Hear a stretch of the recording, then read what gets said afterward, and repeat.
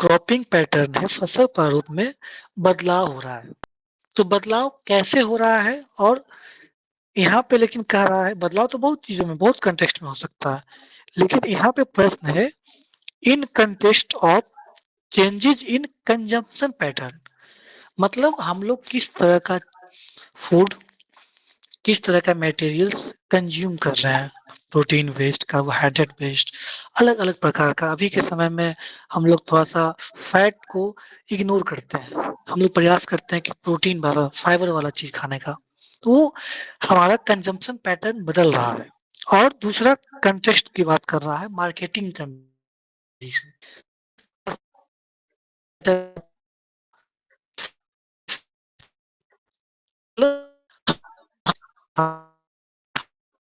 Farm मतलब थाली से खेत के पास, मतलब थाली पे क्या डिमांड है, खाने की थाली में क्या डिमांड है, उस अनुसार से प्रोडक्शन, उस अनुसार से फार्मिंग होना, that is called fork to farm.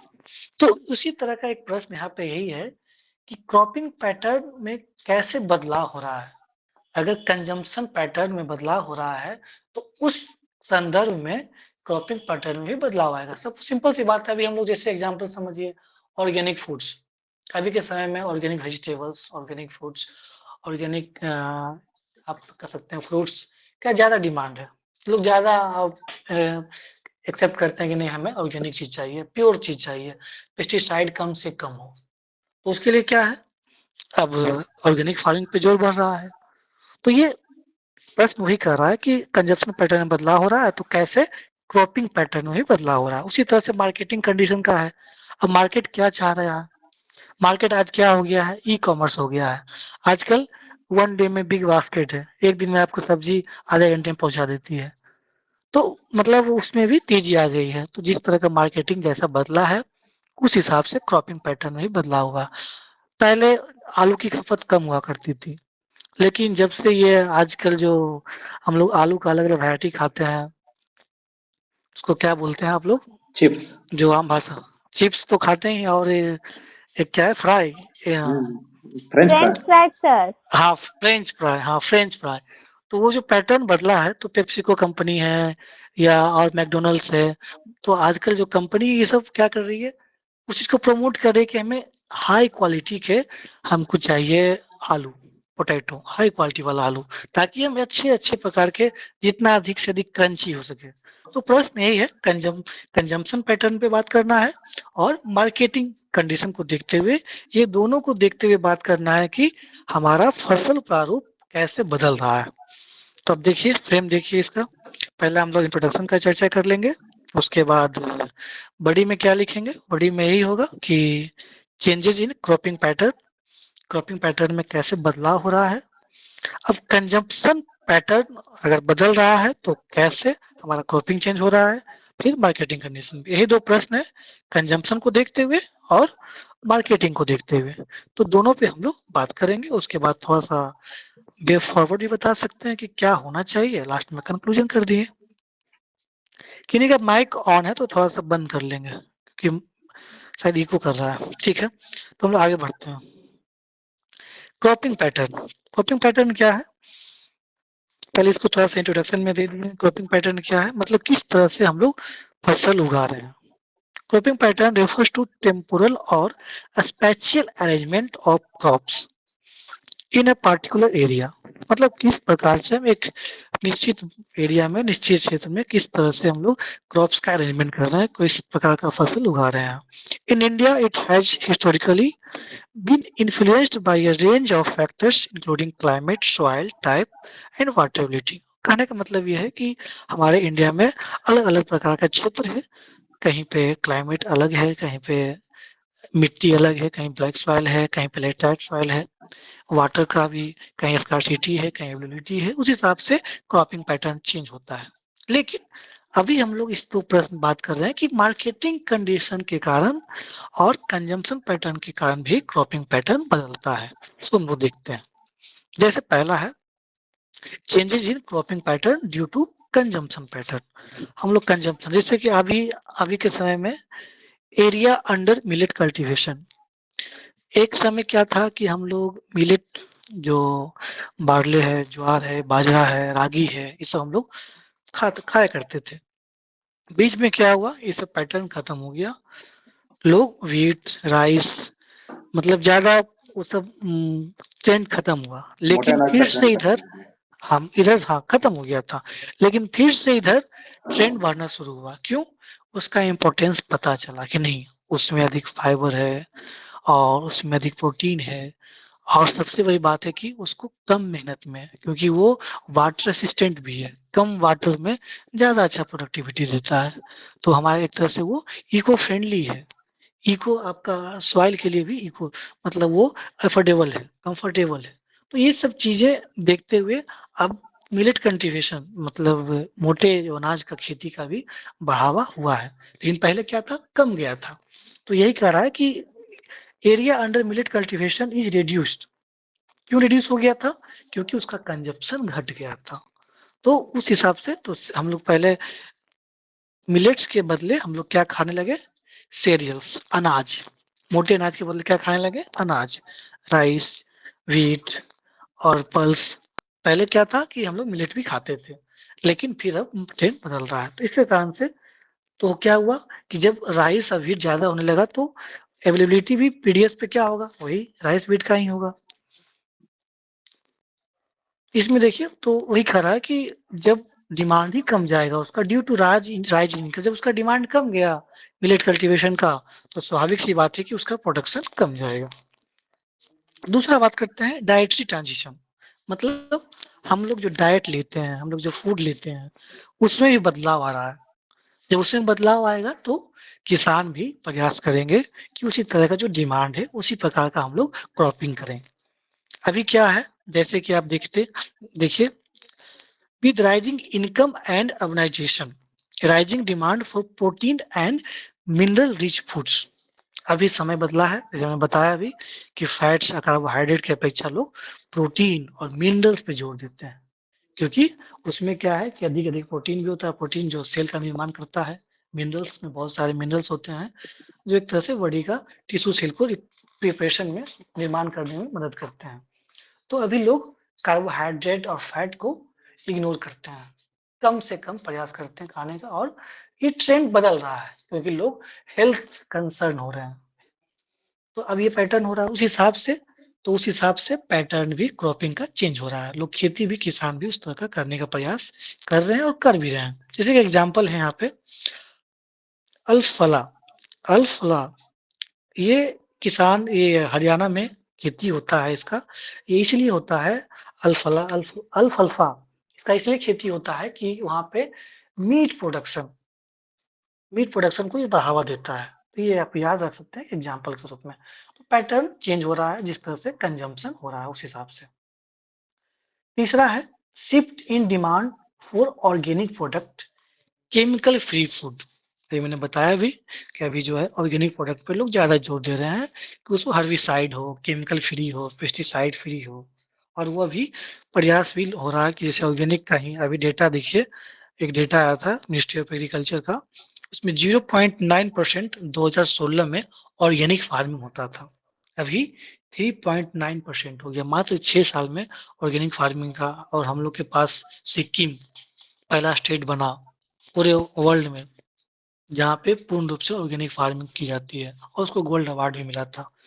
तो हम लोग ऑर्गेनिक फार्मिंग को बहुत अधिक प्रमोट कर रहे हैं, और अभी हम लोग एक नंबर पे हैं सबसे ज्यादा नेट सोन एरिया, मतलब नेट बुआई क्षेत्र जो ऑर्गेनिक फार्मिंग का होता है, वो सबसे ज्यादा हमारे इंडिया में है। तो ऑर्गेनिक फार्मिंग पर लोग जोर दे रहे हैं, वही केमिकल फ्री हो, पेस्टिसाइड फ्री हो, उसमें कम से कम पेस्टिसाइड का उपयोग ही ना हो, इस तरह समझिए। इसके अलावा और क्या हो रहा है, लोग आजकल कंसेप्ट चल रहा है हाइड्रोपोनिक्स, मतलब बिना सॉइल का जल पे, जल में ही जो उसको रिक्वायर्ड मिनरल्स है डाल दिया जाता है और उससे प्रोडक्शन हो जाता है। एरोपोनिक्स, एयर में भी उसी तरह से ये उसका जड़ को स्प्रिंकल किया जाता है जो रिक्वायर्ड मिनरल से, जो रिक्वायर्ड उसको बढ़ने के लिए पौधे को चाहिए। वर्टिकल फार्मिंग, आजकल वर्टिकल फार्मिंग का भी कंसेप्ट हो गया है क्योंकि खेत उतना बचा नहीं है, तो जो दीवार पे ही फार्मिंग की जाती है। तो इस तरह का पैटर्न चेंज हो रहा है। आने वाले समय में और भी अधिक मात्रा में इस चीज़ को किया जाएगा। तो जिस तरह का डिमांड, उस तरह का इस तरह कंजप्शन, उस तरह का क्रॉपिंग पैटर्न, उस तरह का चेंज हो रहा है। चौथा क्या है? Fast food culture. आज के समय में क्या है? आजकल हम लोग फास्ट फूड पे बहुत ज़्यादा ही डिपेंडेंट होने लगे हैं। खूब खाते हैं फास्ट फूड। जैसे अभी मैंने बताया था, कल्टीवेशन ऑफ पोटैटोज़, वही फ्रेंच फ्राई वाली बात। मैकडॉनल्ड्स है या पेप्सिको है, केएफसी है, ये सब अलग मतलब एक आप कह सकते हैं कि हाई क्वालिटी पोटैटोज़ या एक डिफरेंट टाइप ऑफ पोटैटो चाहिए, ताकि एकदम अच्छा क्रंची, अच्छा टेस्टी बना सकें। उस तरह का भी ट्रेंड चल रहा है, तो इसलिए उस तरह का भी प्रोडक्शन किया जा रहा है, क्रॉपिंग किया जा रहा है। 5वां है हेल्थ अवेयरनेस। हेल्थ को लेकर के भी अभी लोग बहुत ज़्यादा ही कॉन्शियस हो गए हैं, तो उसमें कुछ-कुछ प्रोडक्शन जैसे हो रहा है अभी क्विनोना है, इसका खेती होता है बाकायदा। एक तो ऐसे हर्बल प्रोडक्शन होना अलग चीज़ है, लेकिन इसका खेती किया जा रहा है और चिया सीड्स जैसे क्विनोना का भी हम लोग एक तरह से ये हर्बल मेडिसिन है, हम लोग इसका यूज़ करते हैं, एज़ अ जूस के रूप में भी, दवाई के रूप में भी। सुपर फूड्स तो इस तरह का सब सुपर फूड तमिलनाडु में, हिमाचल प्रदेश में उगाया जाता है। वो दवाई में भी काम आता है, एज़ अ जूस के रूप में भी काम आता है। तो लोग हेल्दी कंसर्न है, तो इस तरह का भी आजकल डिमांड कर रहे हैं, तो इस तरह का क्रॉपिंग पैटर्न खेती फार्मिंग हो रहा है। Global cuisine, international food trend has paved the way for cultivation of herbs and spices. और भी जैसे कि बासिल है, ऑर्गेनो है, ये सब का भी प्रोडक्शन आजकल होने लगा है, क्योंकि लोग ये ग्लोबल डिमांड है, तो इसलिए इसका ये प्रोडक्शन होता है। ये मैं कुल कहने का मतलब ये है कि जिस तरह का कंजम्पशन है, उस तरह का क्रॉपिंग पैटर्न में बदलाव हो रहा है, कि लोग एडॉप्ट कर रहे हैं। उसी के अकॉर्डिंग फार्मिंग, उसी अकॉर्डिंग खेती हो रहा है। तो ये एक चीज़ मैंने अभी बताया था, इसमें एक चीज़ है, थोड़ा-सा जान लीजिए। डायट्री वाला में ही एक होता है कीटो और पैलियो, ठीक है? इसको हम लास्ट में चर्चा करेंगे। ठीक है, अब इसको आगे बढ़ते हैं। क्रॉपिंग पैटर्न, एक तो ये हमने बात कर लिया कि कैसे बदलाव हो रहा है ड्यू टू जिस तरह का डिमांड है, उस तरह का कैसा हम लोग कंजम्पशन कर रहे हैं। अब क्या है? Marketing condition.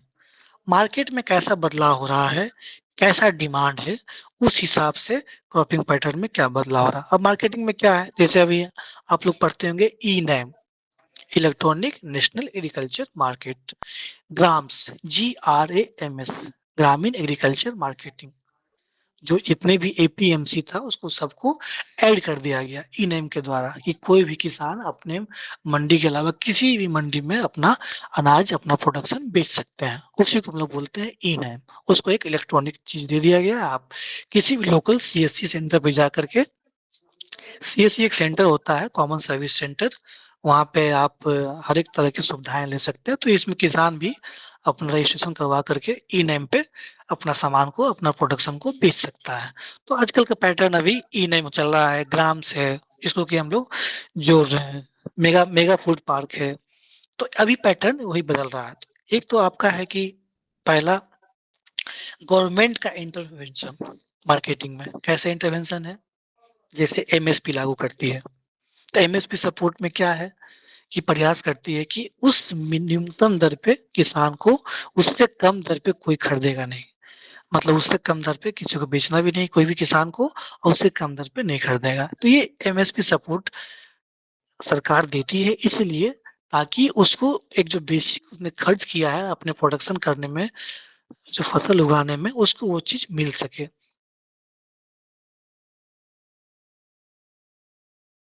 यस। कंडीशन किसान को नुकसान ना हो। गवर्नमेंट क्या करती है? सब्सिडी भी देती है। तो ये सब्सिडी में एक एफआरपी भी है, जो शुगर केन पे मिलता है, fair and remunerative price.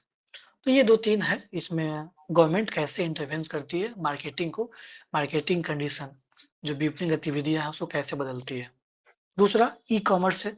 E-commerce के माध्यम से भी, जैसे अभी मैं चर्चा किया, ई-नैम का, बिग बास्केट, अमेज़न अमेज़न की कंपनी है, अमेज़न पैंट्री।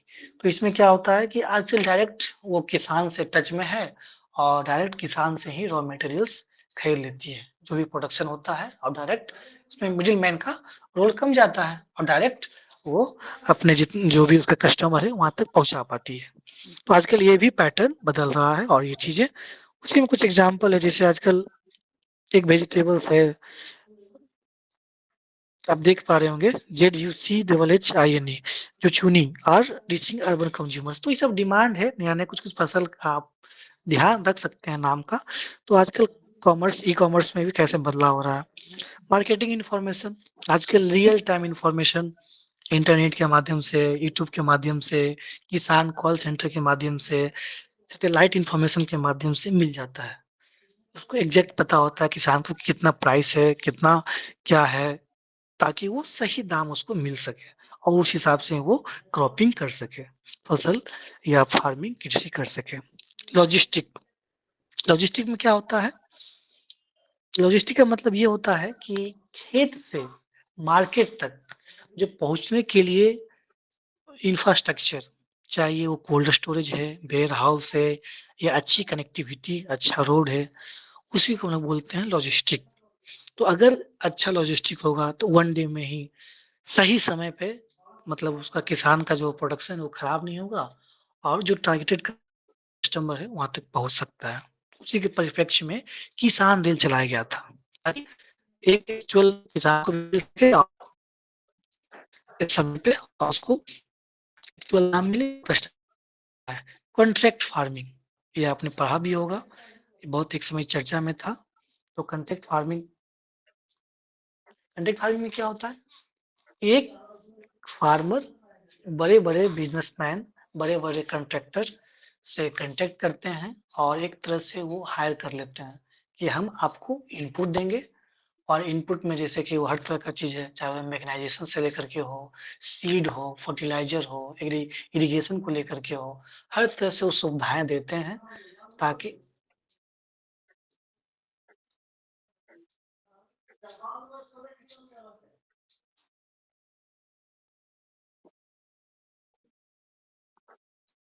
हेलो। हेलो, मेरी आवाज आ रही है क्या?